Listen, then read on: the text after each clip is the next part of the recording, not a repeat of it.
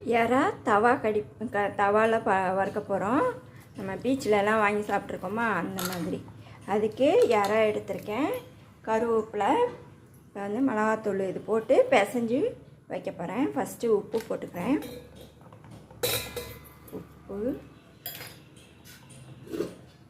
கொஞ்சோண்டு எண்ணெய், மிளகாத்தூளே போட்டுக்கணும். இதை பிசைஞ்சிட்டு ஒரு 10 நிமிஷம் ஊறணும். இதுக்கு கொஞ்சம் இஞ்சி பூண்டு பேஸ்ட்டு போட்டுக்கலாம். இஞ்சி பூண்டு பேஸ்ட்டு 1 ஸ்பூன் போட்டுக்கலாம். குவாலிட்டி. இப்போ வந்து எண்ணெய் காஞ்சிக்கிட்டு இருக்கு. இப்போ இதை போட்டுக்கலாம்.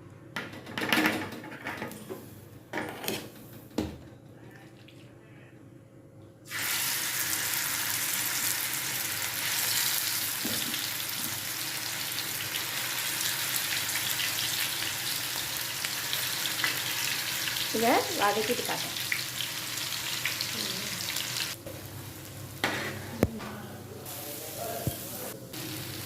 நல்லா வதங்கிடுச்சு. ஜீரகத்தூள் கொஞ்சம் போட்டுக்கலாம்.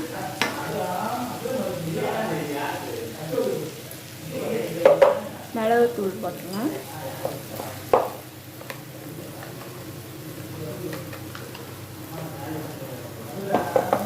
அவ்வளோதான். சப்ஸ்கிரைப் பண்ணுங்கள், கமெண்ட் பண்ணுங்கள்.